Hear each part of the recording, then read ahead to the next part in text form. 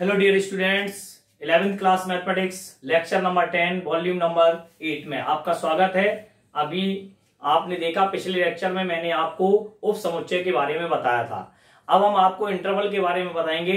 Interval भी जानना बहुत आवश्यक है। गणित के अंदर यदि हम देखें तो इंटरवल का बहुत महत्व है। इंटरवल के अंतर्गत क्या क्या आता है, किस तरीके के ब्रैकेट्स होते हैं, किस तरीके से संख्याएं शामिल की जाती हैं और किस तरह से संख्याएं शामिल नहीं की जाती हैं, ये पूरा इंटरवल पे निर्भर करता है। और मेरी पूरी गणित कैलकुलस जो हमारा अवकल गणित होता है, जिसको हम डिफरेंशियल और इंटीग्रल बोलते हैं, उसमें बिना इंटरवल के काम नहीं चल सकता है। हम भले ही अपनी भाषा में उसको छोटा और बड़ा ब्रैकेट बोलते हैं, अपने अब तक हमने जो पढ़ा है 9th 10th तक, वो छोटे ब्रैकेट्स होते थे, बड़े ब्रैकेट्स होते थे, मझले कोष्टक होते थे, लेकिन यहाँ कोष्टक ना होकर के वो इंटरवल बना दिए गए। मैथमेटिक्स के अंदर इंटरवल का बहुत ही महत्वपूर्ण स्थान है और किस तरीके से उनको हम अवगत करा रहे हैं उस बात को आप ध्यान से देखते चलेंगे। ठीक है, अभी मैं आपको बताऊंगा, थोड़ा सा मैं लिख लूं पहले। अंतराल, इसको हम क्लोज्ड इंटरवल कहते हैं। ऐसे अंतराल जो सिरों पर बंद होते हैं, सिरों पर बंद होते हैं, अर्थात ए बी सहित मध्य में आने वाली सभी वास्तविक संख्याएं भी, सभी वास्तविक संख्याएं भी शामिल होती हैं।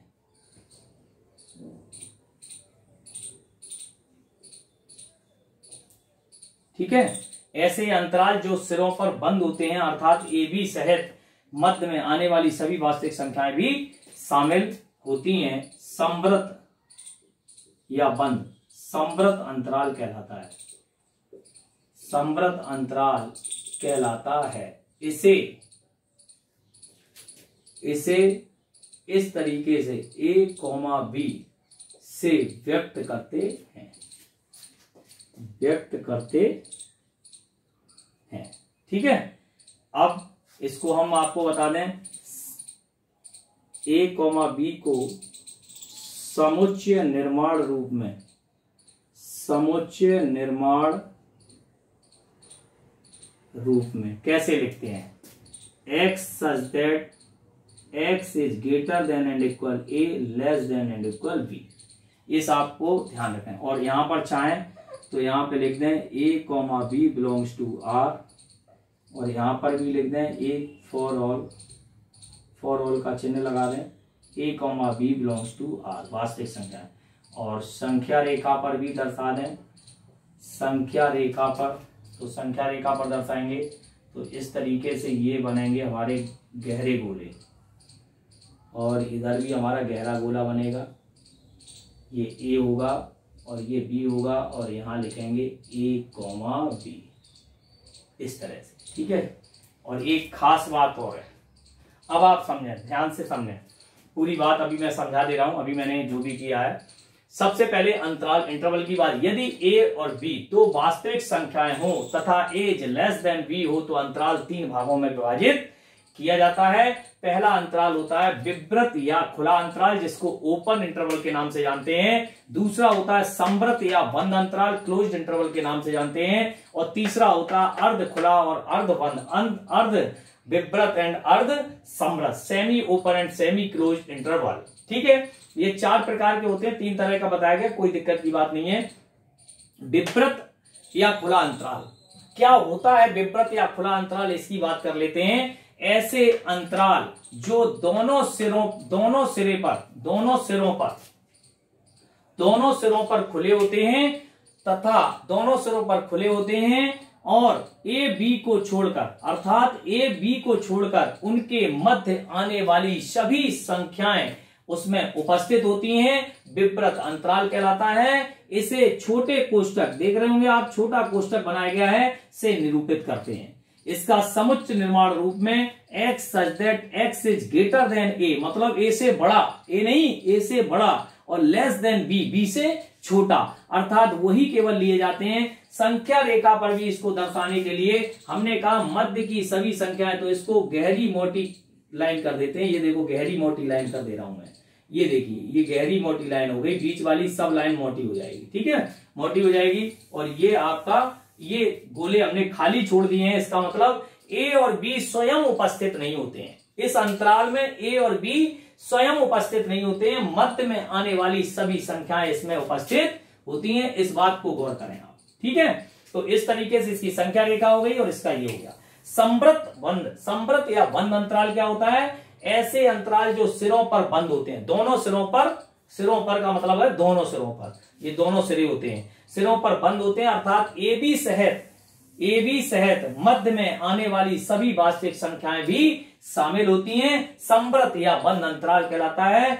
इसे बड़े कोष्टक ए बी से व्यक्त करते हैं। इसका समुच्च निर्माण रूप में x such that x is greater than and equal a, मतलब बड़ा भी और बराबर भी होना चाहिए, शामिल होगा, और लेस देन एंड इक्वल भी, तो ये बराबर और बड़ा भी है, छोटा भी है, और a b belongs to R. संख्या रेखा पर मैंने आपको बताया ये बंद कर दिए गए, अब की बार ये शामिल हो गए तो बंद कर दिए गए, और ये गहरी काली रेखा भी खींच दी जाएगी क्योंकि ये बीच वाले सभी अवयव इसमें शामिल होते हैं। तो इस तरह से आप इन दोनों बातों को समझ सकते हैं, बड़े आराम से समझ सकते हैं। मैं आपको उदाहरण लिख रहा हूं, यहाँ उदाहरण लिख दे रहा हूं जिससे आपकी समझ में आ जाए। यहां लिख दे रहा हूं, जैसे मैंने अभी दिया 4 और 7, फर्स्ट, सेकेंड लिखा मैंने 2 और 5, ठीक है, अभी 2 ही बताएं और देख लो। थर्ड लिखा मैंने -2 से 5, -2 से 5, और फोर्थ लिखा मैंने 1 से 4, 1 से 4। तो आप ध्यान से देखेंगे ये कौन सा अंतराल हो गया? विवृत। कौन सा अंतराल हो गया? विवृत। देखो छोटा वाला, ये कौन सा अंतराल हो गया? संवृत। ये कौन सा हो गया? विवृत। और ये कौन सा हो गया? संवृत। अब आपसे अगर ये पूछा जाए कि इनको संख्या रेखा यानी कि समुच्च निर्माण रूप और संख्या रेखा में लिखिए, तो आप बना सकते हैं आराम से, कहीं कोई दिक्कत आएगी? तो बस यही आपसे पूछा जाएगा। हाँ, जब आप आगे जब प्रयोग करेंगे, आज तो हमने पढ़ा दिया है, आगे ये संवृत विवृत के रूप में आते रहेंगे, इनका विशेष रूप से इनका प्रयोग किया जाएगा। तो आप ध्यान से समझें, मैं फिर से समझा दे रहा हूं। खुले अंतराल, विवृत अंतराल क्या होता है? ऐसे अंतराल जो दोनों सिरों पर खुले होते हैं, अर्थात इसका मतलब होता है दोनों सिरों पर खुला होने का मतलब होता है ए और बी स्वयं शामिल ना होते हुए मध्य में आने वाली सभी संख्याओं को शामिल कर लेता है, अर्थात यही खुला अंतराल कहलाता है। इसे एक छोटे कोष्टक a, b से व्यक्त करते हैं और समुच्च निर्माण रूप में x such that x is less than a, x is greater than a और less than b कर देता है, और इसको संख्या रेखा पर ये खुले छोड़ देते हैं और बीच में आने वाली सभी संख्याएं शामिल कर लेता है। और संवृत ऐसे अंतराल जो दोनों सिरों पर बंद होते हैं, मतलब शामिल होते हैं, अर्थात a और b स्वयं उपस्थित होते हुए मध्य में आने वाली सभी संख्याओं को भी ले लेता है, वास्तविक संख्याओं को, और संवृत अंतराल को बड़े कोष्टक a, b से व्यक्त करते हैं समुच्च निर्माण रूप में x is greater then and equal a, less than and equal b। ये लेस देन और ग्रेटर देन लगा दिए गए हैं और इसमें देखो बंद कर दिए गए, ये दोनों शामिल हो गए और बीच में आने वाली सभी संख्याएं भी इसमें शामिल होती हैं। इसके उदाहरण भी मैंने बता दिया, ये विवृत है, ये संवृत है, ये विवृत है और ये संवृत है। ठीक है, अभी मैं आपको इसको आगे बताऊंगा, ये नोट कर लें।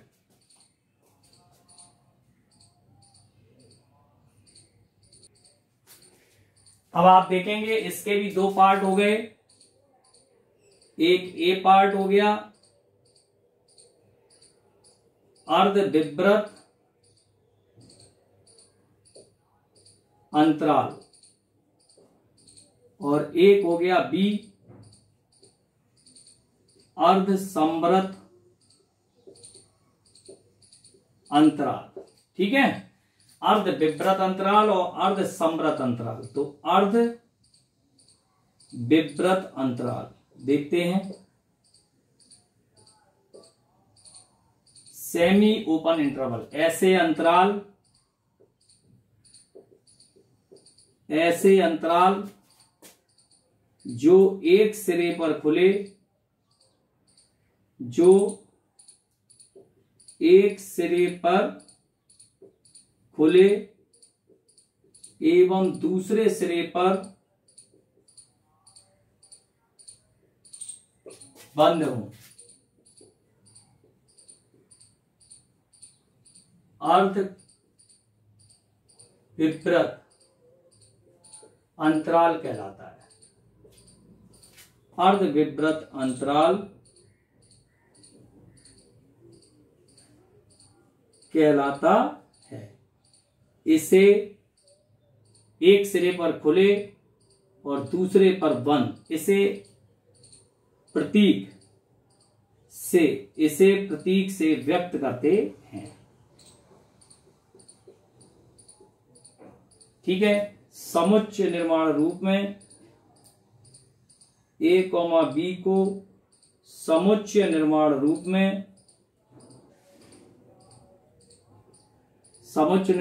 में क्या लिखेंगे?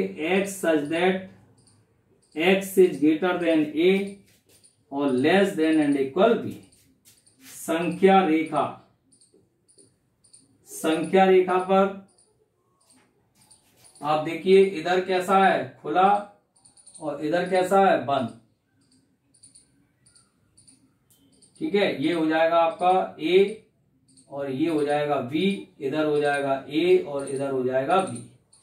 इस तरीके से चलेगा। और ये गहरी, बीच वाली तो गहरी रहेगी क्योंकि इसमें बीच के अवयव भी शामिल हो जाते हैं। ठीक है। तो इस तरीके से ये संख्या रेखा होगी। अब आता है B, अर्ध संवृत अंतराल। अर्ध संवृत अंतराल क्या होता है? Semi close. ऐसे अंतराल जो एक सिरे पर बंद तथा दूसरे सिरे पर खुले होते हैं, अर्ध संवृत अंतराल कहलाता है। अर्ध संवृत अंतराल कहलाता है। इसे प्रतीक इधर बंद है और इधर खुले से व्यक्त करते हैं। ठीक है। इसे व्यक्त करते हैं। A, B समुच्चय निर्माण रूप, नियम रूप। समुच्चय निर्माण रूप में कैसे लिखते हैं? X such that X is greater than and equal A और लेस देन B। ठीक है। और संख्या रेखा पर क्या करेंगे? इधर वाला तो बंद हो जाएगा बच्चों इस बार, और इधर कैसा हो जाएगा? खुला। ये A है और ये B है। ये आपका कैसा हो जाएगा? बड़ा ब्रैकेट, और ये कैसा हो जाएगा? छोटा ब्रैकेट। ठीक है। तो इस तरीके से आप यहां पर देख सकते हैं। मैंने आपको इसका भी चांस पूरा दिया है और इसके भी उदाहरण बता दूंगा। इसके 2 उदाहरण मैं लिख रहा हूं। उदाहरण नंबर 1 जैसे मैंने लिखा 4 और 8, ये देखिए। और एक उदाहरण लिखा मैंने दूसरा 1 और 5। ये कौन सा हो गया? अर्ध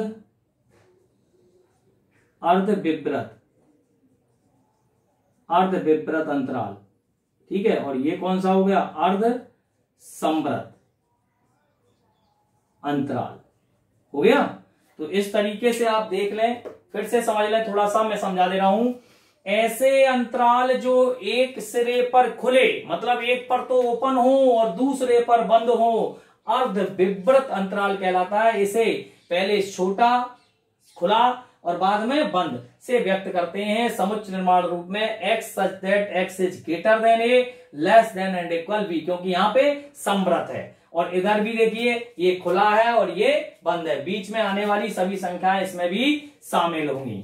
ठीक है, इसका उदाहरण हो गया ये अर्धविव्रत अंतराल। अर्धविव्रत अंतराल, इधर से अर्धविव्रत है, इधर से समव्रत है।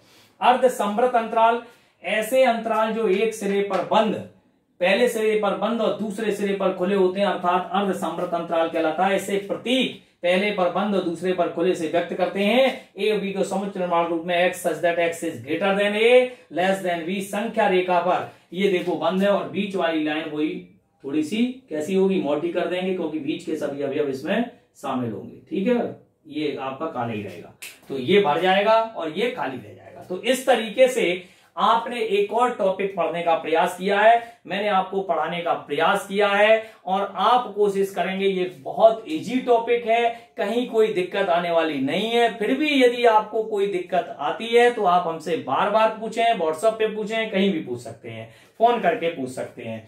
कोई भी बच्चा यदि ये समझता है कि मुझे दिक्कत हो रही है तो वो पूछ सकता है। अब आप अपना एनसीईआरटी की बुक निकालेंगे और बुक में आप देखेंगे कि थोड़ा सा मैं आपको बता रहा हूं, एग्जाम्पल बता रहा हूं, 2-3 एग्जाम्पल क्या कह रहे हैं। उदाहरण नंबर 9 में नीचे लिखे समुच्चयों पर विचार कीजिए। अभी मैंने इससे कल पहले टॉपिक पढ़ाया होगा। तो फाई जो है वो ए बराबर फाई है, ए बराबर 1-3 है, बी बराबर 1-5-9 है, सी बराबर ये है।